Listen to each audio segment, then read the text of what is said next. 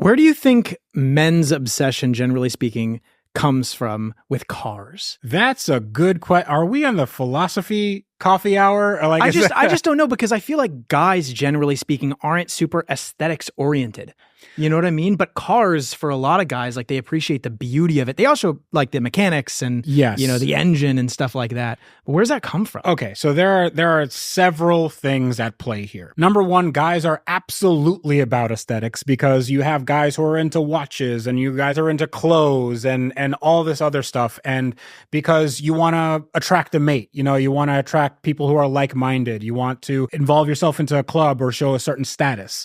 I think cars do all of that in a very quick way. So if I drive up in a Honda Civic, that says one thing about me, but if I drive up in, let's say, a BMW M3, that says something else, and what that means to another person, that's up to them, but it definitely has a different statement. So you have socioeconomic status, you have style, the car can be like an interesting color, so that says something about you. So it's a bit like peacocking for guys. Like, so a lot of guys have that, but then there's the engineering aspect of it, where you just appreciate a piece of engineering as art. You can look at a engine, you can be like, oh, well, that has independent throttle bodies and it has this much power to weight and blah, blah, blah. And this is really, really cool. And I love the way it sounds, and, it vibrates under your foot. And, you can appreciate that. But most people, like, if you just dumb it down, most people, men and women, it's just about status. As far as the peacocking goes, a lot of people are under the impression that you get a car like a Charger, like an American Muscle, and you're attracting all of the attention from other guys. Yeah. When you were single, would you say that driving around in a nicer car definitely helped you out a little bit in the dating marketplace? No,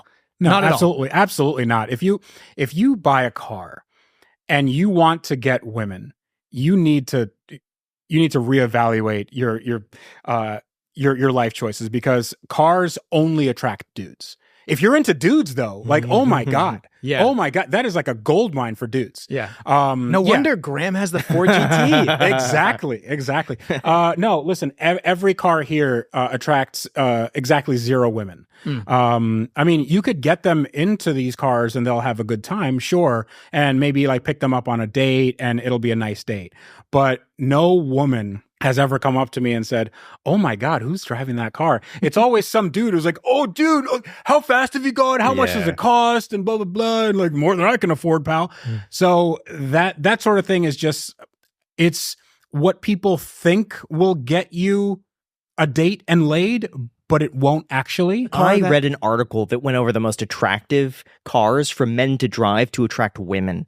And at the top of the list, I think, was Porsche, just because it has that kind of status and classiness to it. But I was surprised to see a Mini Cooper was on there, and the Volkswagen Beetle. Believe it or not. Beetle? Yes. Why? Because I think a lot of women want to drive that car, like the car, so that if they see a guy driving that car, that's the car that they themselves want. Same with a Mini Cooper.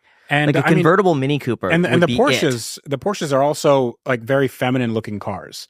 So I think maybe that says something about the men, Maybe just get in touch with your feminine side, Maybe it's not all about holding frame. Freddie recommends sometimes that. it's about what's in here,